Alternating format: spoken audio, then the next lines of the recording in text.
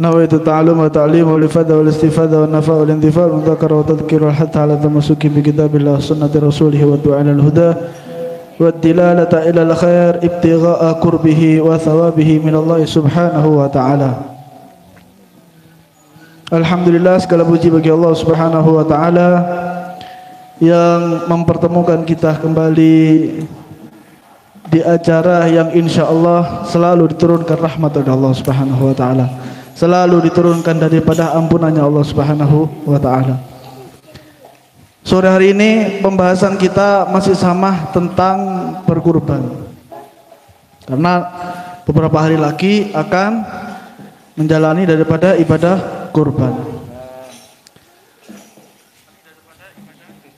Pembahasan kurban yang kemarin masih kurang lengkap. Jadi beberapa poin dilanjutkan sore ini. Pertama, pembahasan tentang niatnya kurban. Nah, ini perlu dihati-hati. Niat kurban, ketika salah di dalam meniatkan, maka kurban tersebut akan menjadi daripada kurban nazar.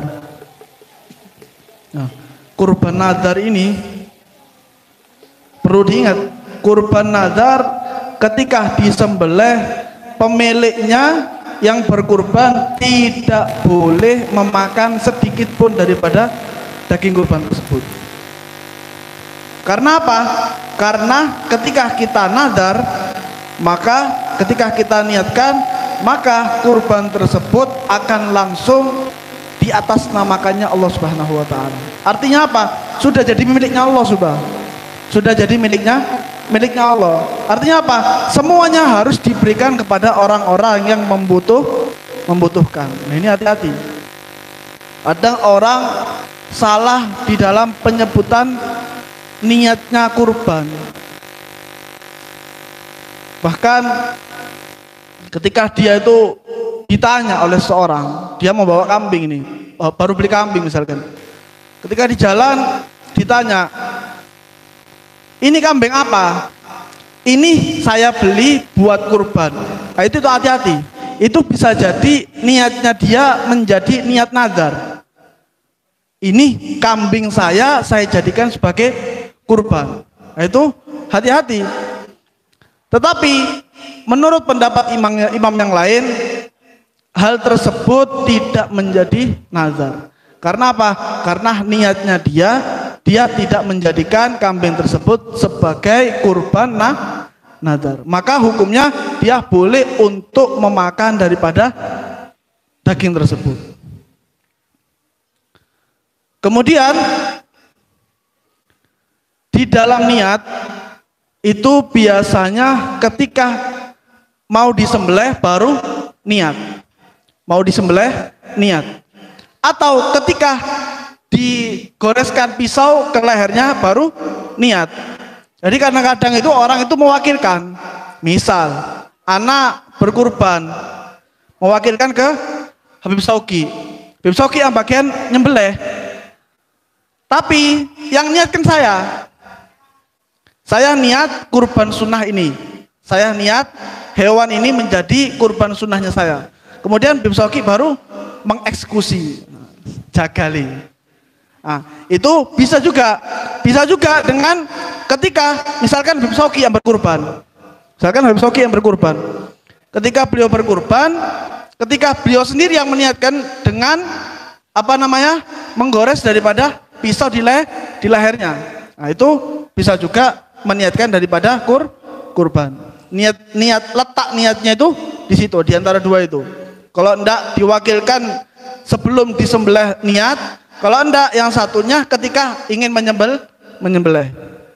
Kemudian yang kedua, ini perlu diingat, hukum menyembelih di dalam masjid, hukum menyembelih di dalam area masjid. Hati-hati, hukumnya haram. Hukumnya haram. Karena apa? Karena ketika kita menyembelih itu mengotori daripada area masjid. Meskipun bukan dalam masjid. Tempatnya parkiran misalkan. Dibuat untuk menyembelih. Maka hukumnya haram. Mengotori daripada masjid. Terlebih lagi menggunakan airnya masjid. Nah ini yang kebanyakan panitia seperti ini biasanya. Menyembelih dalam masjid, di daerah masjid. Kemudian untuk membersihkan darahnya pakai airnya masjid. Nah ini lebih lagi haramnya sudah. Maka bagaimana yang betul? Misalkan mau dikumpulkan dari beberapa orang yang berkurban, dikumpulkan ingin disembelih di dekatnya masjid. Disembelih di tanah miliknya masjid. Jadi masjid ini punya tanah, terpisah tapi bukan tanah wakaf untuk masjid. Nah, itu boleh. Dengan syarat dia harus membayar daripada uang sewa. Harus membayar daripada uang sewa. Uang sewanya nanti akan dimasukkan dalam masjid. Tapi kalau berkurban di daerah masjid hukumnya haram. Hati-hati. Ini panitia sering salah. Kemudian yang ketiga, hukum menyembelih daripada kambing betina yang sedang hamil. Bagaimana hukumnya? Ketika seorang induk betina itu disembelih, kemudian ketika dibelah daripada perutnya terdapat daripada anak, dan anak tersebut mati, maka hukumnya anak tersebut sudah halal untuk dikonsumsi. Karena apa? Kematiannya anak mengikuti daripada kematian induknya. Tapi, nah jadi anak itu yang mati mengikuti daripada kematian induknya, nggak perlu disembelih lagi sudah. Nggak perlu disembelih lagi, langsung dadino kambing guling, enak wis. Ya. Kemudian kalau misalkan anaknya masih hidup, kalau misalkan pengen dikurbankan juga, bukan dikurbankan, maksudnya dia tidak mengikuti persyaratan. Misalkan dia pengen menyembelih juga, tapi bukan niat kurban, dia pengen menyembelih juga. Nah, maka ketika itu ibunya sudah disembelih, maka anaknya juga harus disembelih. Tidak bisa ibunya mati tiba-tiba anaknya masih hidup digawe kambing guling, ya penyiksaan namanya. Jadi harus disembelih juga kalau misalkan masih hidup. Tapi kalau sudah mati tanpa perlu disembelih bisa langsung untuk dikonsumsi. Digoreng jadi. Kemudian bagian yang harus terpotong daripada hewan kurban. Kadang jagal-jagal ini terlewatkan misalkan. Dua bagian yang harus terpotong ketika berkurban. Apa? Hulkum sama mari. Aliran daripada makanan sama minuman, juga aliran daripada pernafasan. Nah, dua ini harus terpotong. Kadang jagal-jagal ini ya, ketika memotong, yang terpotong hanya satu. Kemudian tidak bilang sama pemiliknya, mati, dikonsumsi, hati-hati. Ini haram hukumnya, dia jadinya bangkai. Karena apa? Karena keduanya ini tidak terpotong. Jadi syaratnya itu harus dua-duanya terpotong. Tetapi kalau misalkan kejadian seperti itu, menurut pendapat imam yang lain ada yang memperbolehkan. Tapi harus dipotong juga. Tidak jadi bangkai jadinya. Tapi harus dipotong lagi. Paham di sini ya?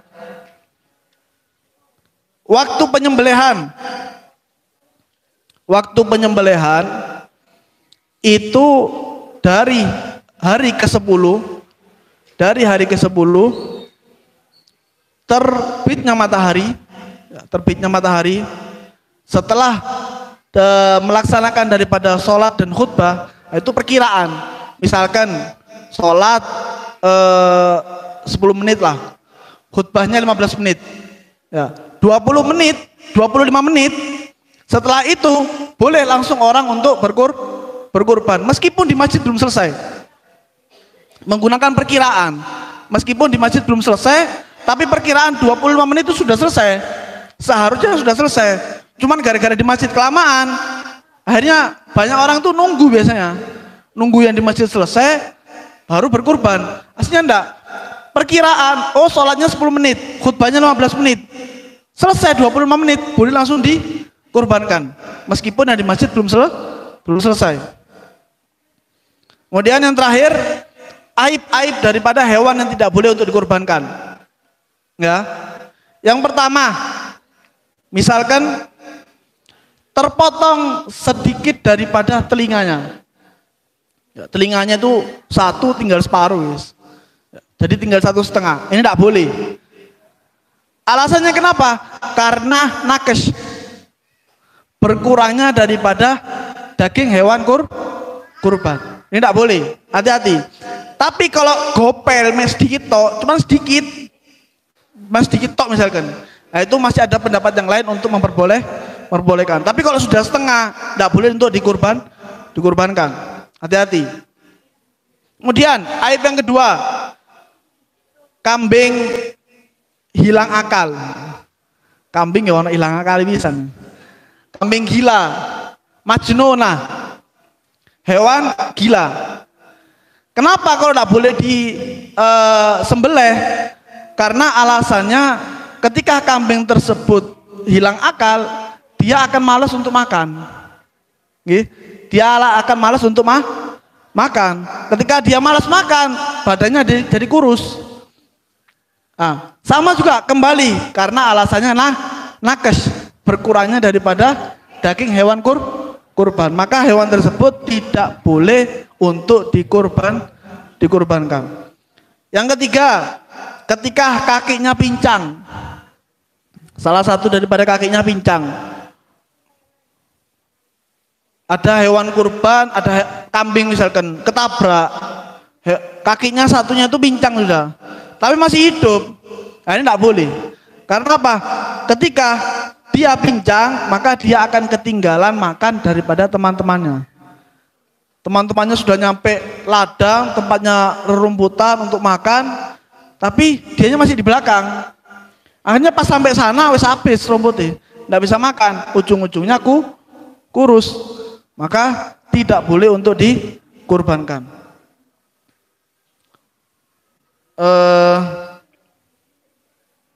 Kemudian, nah, bagaimana kalau misalkan hewan kurban tersebut punya penyakit, tapi penyakit dalam? Misal ini, ada kambing dikageti, mati. Misal kambing punya jantungan misalkan. Nah, ini tidak termasuk. Ini tidak termasuk. Masih tetap dia boleh untuk dikurbankan. Karena apa? Karena penyakitnya itu dohirnya, bukan batinnya. Nah, jadi misalkan ada kambing misalkan dikageti, langsung mati, jantungan misalkan. Nah, ini diperbolehkan untuk dikurbankan. Kalau misalkan kambing ini cacingan misalkan, ya apa? Kambing cacingan misalkan. Bukan biasanya gitu kan. Kalau kambing, kalau misalkan cacingan misalkan, dia meskipun makan banyak, tidak bakal gemuk badannya. Ya kan? Nah, ini bagaimana? Di dalam minhaj disebutkan ketika kambing itu sakit, maka tidak boleh untuk dikurbankan. Tetapi kalau misalkan sakitnya itu cuma sedikit, tidak terlalu parah, masih boleh untuk dikurbankan. Misalkan dia cacingan, makan, ada pertumbuhannya itu ada, makin gemuk, tapi sedikit. Nah, ini masih boleh untuk dikurbankan. Nah, ini poin-poin kurban untuk daerah sekitar kita. Kalau pembahasan tentang unta sudah tidak perlu dibahas sudah. Itu sudah daerah mana? Daerah Arab sudah. Daerah Timur Tengah. Bacaan untuk niatnya, ya cukup kalau bahasa Indonesia, saya niat kambing ini saya jadikan sebagai sunnahnya kurban. Saya jadikan kambing ini sebagai kurban sunnah. Udah cukup. Oh, ditaukilkan. Ya misalkan diwakilkan ke beliau misalkan. Ustaz, saya wakilkan antum yang meniatkan untuk menjadikan hewan ini sebagai kurban saya. Beliaunya yang niatkan nanti. Ya, beliaunya niatkan. Saya menjadi wakil untuk meniatkan daripada hewan ini dijadikan sebagai kurban sunnahnya fulan bin fulan. Oke, paham ya? Mungkin ini saja yang dapat Al-Fakir sampaikan, kurang lebihnya mohon maaf. Mudah-mudahan yang sedikit ini bisa bermanfaat untuk kita. Mudah-mudahan yang sedikit ini bisa menjadi amal kita, bisa menjadi ilmu yang bermanfaat bagi kita. Amin Allahumma amin. Hadza minni wal afu minkum. Wassalamualaikum warahmatullahi wabarakatuh. Okay.